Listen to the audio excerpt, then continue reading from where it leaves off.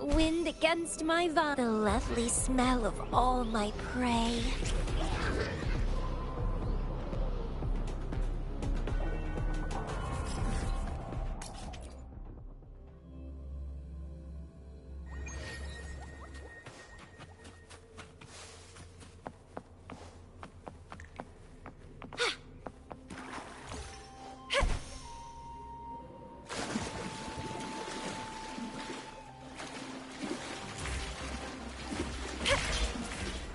Wind against my vines.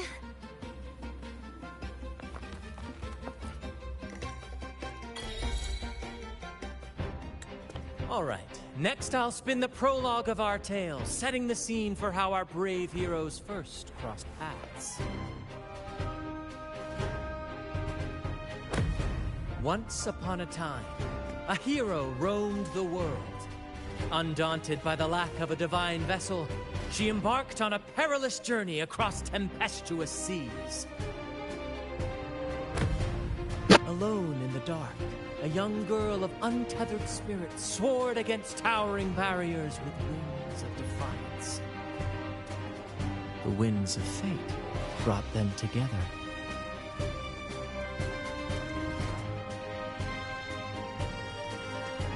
As the world teetered on the brink of absolute darkness, they found solace in each other's gaze. Together they became unshakable allies, standing strong against the tides of fate.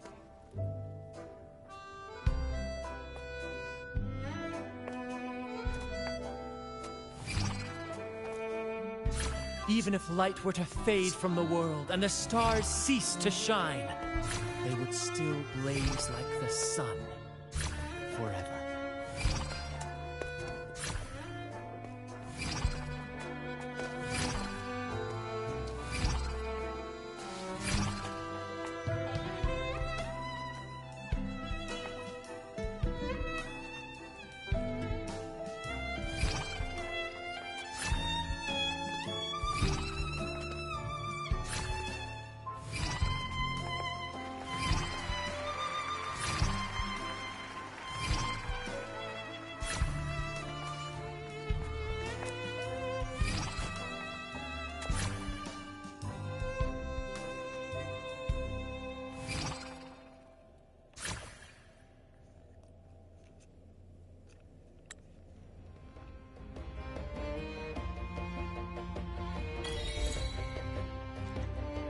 Bravo! Bravo!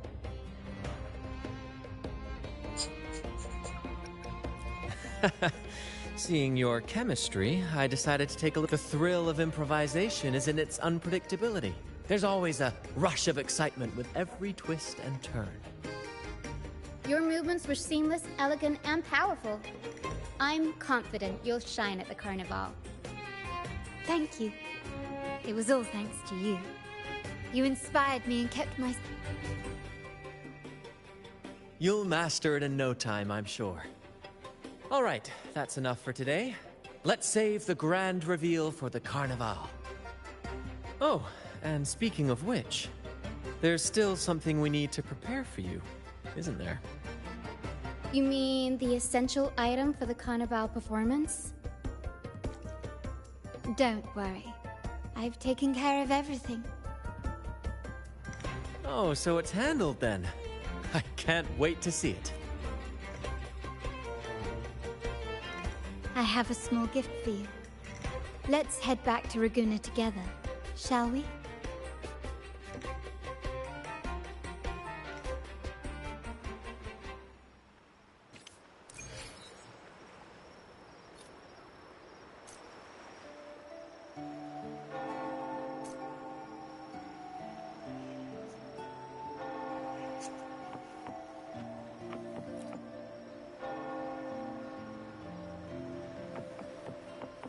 This way. Please, follow me. Where are we going? Please allow me to keep that a secret for now. I wouldn't want to spoil the surprise. But here's a hint. You've been there before. Oh, dear Lady Carlotta, thank the Sentinel you are finally back. I was just about to close up shop to prepare for tomorrow's carnival. You have completed my request, haven't you? Of course, Lady Carlotta. You should have more faith in my skills. Here you are. A small token of my appreciation. Abby, I have something for you as well. Wow, really? I get a gift too? Ha! You're so nice. Ah, so that's why Lady Carlotta was so insistent on using only the finest materials and meticulous craftsmanship for this piece. For a moment, I feared she lost faith in my skills and was plotting to hand over the shop to someone else. But now I see why this little creation was so important to you, Lady Carlotta. Nyala, you do have a flair for dramatics. Ahem. Anyway, why don't you unwrap it?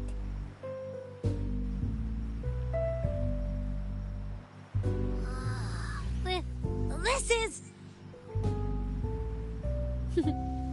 I took the liberty of having Nyala custom make this mask based on my impression of you.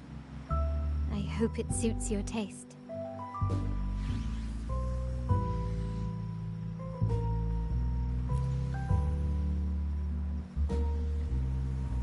I'm pleased you like it.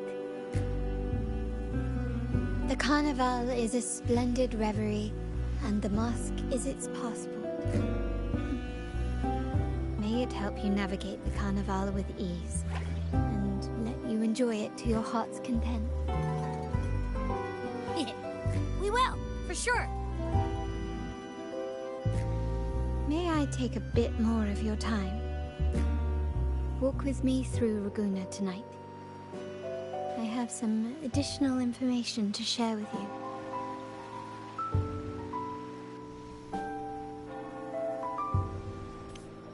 Ragusa, the Tempest's jewel, the fire that crowns Solaris.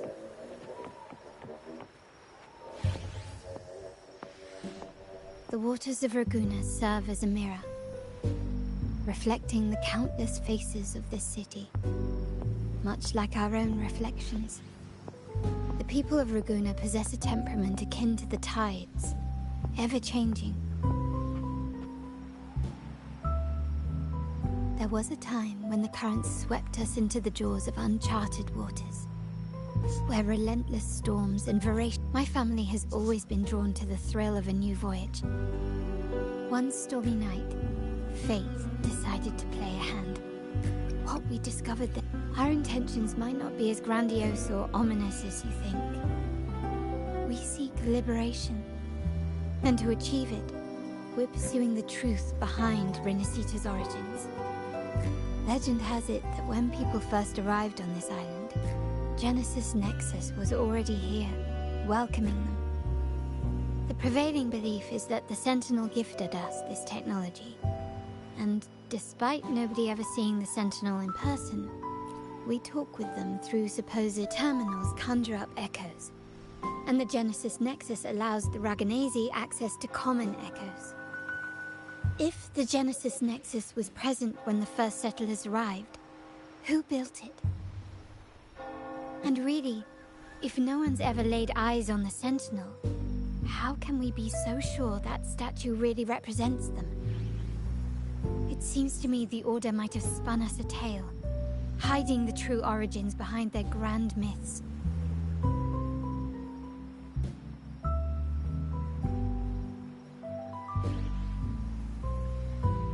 No, we have no ambitions to rule or to renounce our faith. And really, this city should not be ruled by any one entity. The hour grows late. I have arranged accommodations for you at Palazzo Grotta in the south. Let us walk there together and I can share a story along the way. Think of it as a bedtime tale. I learned it from the troupe. It's about Fleur-de-Lis, the Blessed Maiden. Once, the Blessed Maiden was just a simple peasant girl. During the Sentinel's gratitude rite, the young Fleur-de-Lis managed to sneak past the guards and drink the sacramental wine. Every drop. Perhaps it was the intoxicating wine in Eglatown, or simply her lack of experience with spirits. But she soon found herself quite drunk. Swaying on her feet, she ascended the ceremony's grand platform, lifted her threadbare dress, and began a rather ungainly dance. Seizing the sacred horn, she played a carefree folk tune, dodging the guards and weaving through the crowd with surprising agility. Remarkably, the crowd, as if drawn by an unseen force, followed her lead, transforming the solemn ceremony into a wild parade of cheers and revelry. Naturally, the Order was less than pleased. The pilgrim's sale did not yet exist, so Fleur-de-Lis faced 3 days of confinement. During that time, she used her prison walls as a canvas. That unforgettable day of disordered revelry left a lasting mark on all who witnessed it. Is it not remarkable? A rebellious girl chosen by the Sentinel to become the Blessed Maiden. If the Sentinel indeed permitted such a girl to serve as their spokesperson, it suggests that all this joyous revelry is not something they disdain. Perhaps they too enjoy poetry, painting, tears, laughter, romantic tales of nights, and dancing amidst crowds, much like ourselves.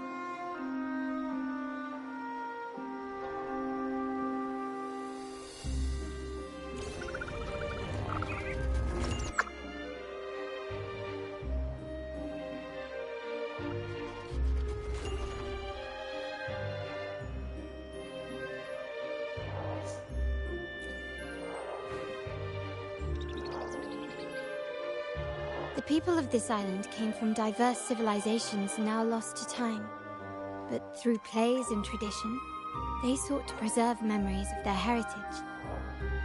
In the past, while the clash of cultures led to conflict, the Raganazi united through faith, restoring balance even if precarious. To maintain this unity, we've always needed both a sentinel and a play based on a shared legend that gives us roles.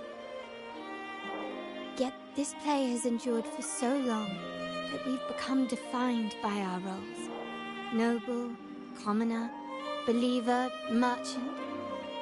What was meant to unite us now stifles us.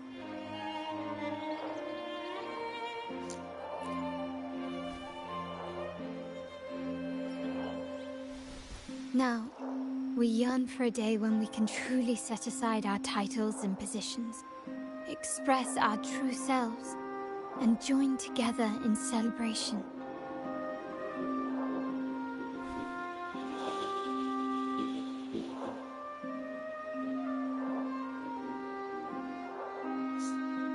Yes, born from hope and idealism, it reminds the Raganazi of our initial vision of equality and freedom.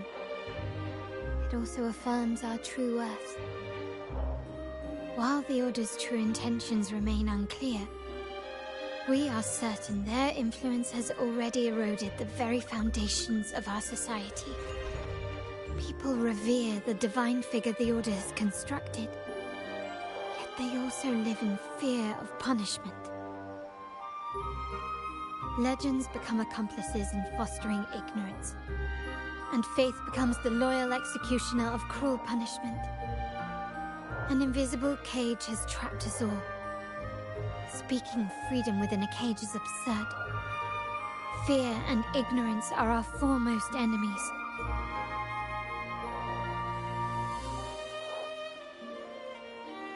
This year's carnival will spark a flame fierce enough to burn down that cage.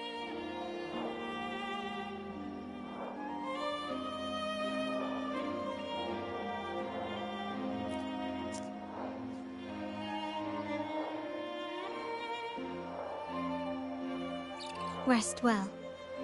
And tomorrow, we shall take the stage together at the carnival.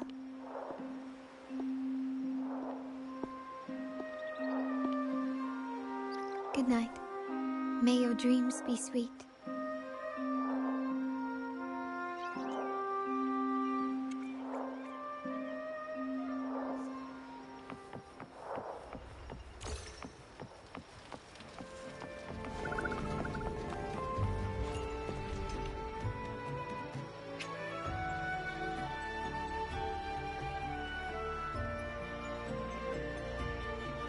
Welcome.